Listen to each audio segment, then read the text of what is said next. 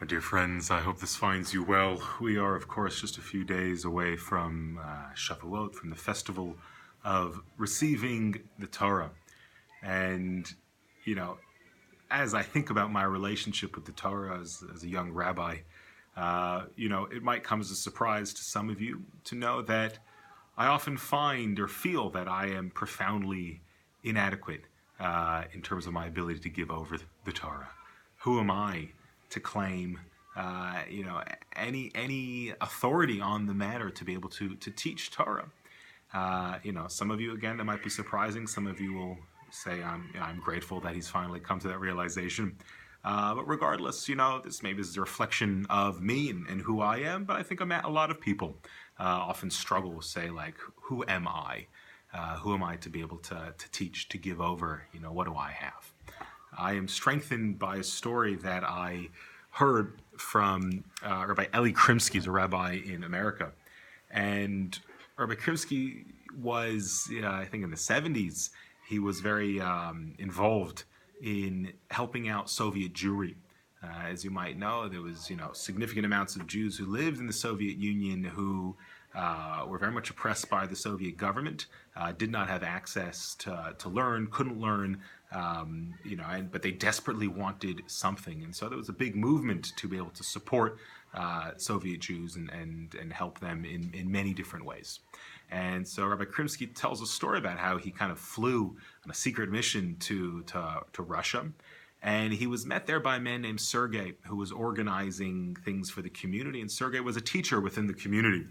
And Sergei brought Rabbi Krimsky to, through the broken languages that they both share, broken English, broken Russian, they managed to kind of form this relationship. And Sergei brought Rabbi Krimsky to an apartment, a hidden apartment, where they had these kind of secret, illegal, Torah classes. And Sergei was the teacher, and Sergei sat the young men and women down who were eager to learn. And Sergei said, okay, we're going to learn the Aleph Bet. And so he taught the kids, or the young men and women, Aleph through Chet, Aleph, Bet, Gimel, Dalet, Hey, Vav, Zayin, Chet. He told them what they look like, what they sound like, and what those letters do. And at the end of the lesson, Rabbi Krimsky went to Sergei and says, Sergei, why did you stop at Chet? What about the rest of the Aleph Bet? And so Sergei said to him, that's all I was taught. That's all I know, and so that's what I teach. And, that's a profound lesson, this story. Sergei knew Aleph through Chet. He knew it well, and so he taught over what it was that he knows. And for me, I think this is a powerful lesson. There's times, we might know Aleph through Chet, and so we share Aleph through Chet. Whether we're teachers or just in general with our children, in life, we share what it is that we know.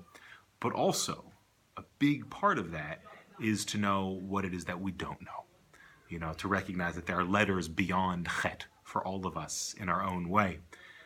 Always before Shavuot, we read Parshat Bamidbar.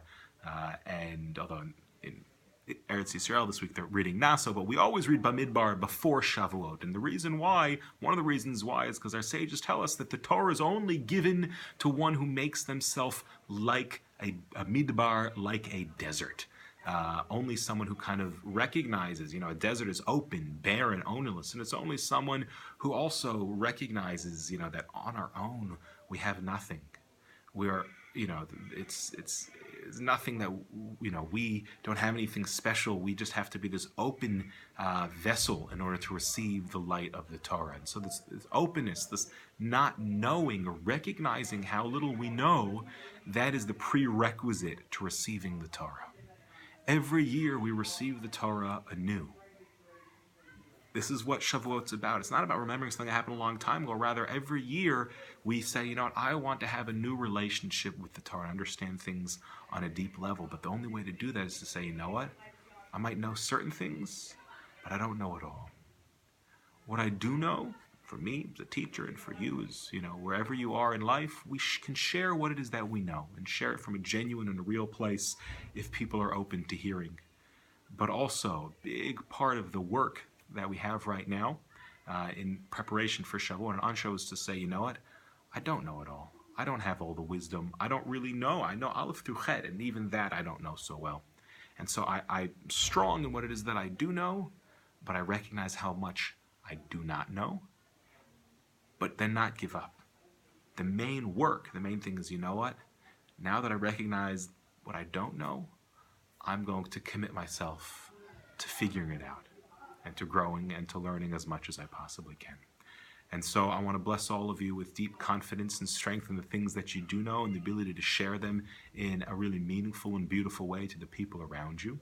But also, may we all be blessed with the humility to recognize the limitations of our own knowledge, what it is that we do not know, but also the courage and strength to pursue it with tremendous passion.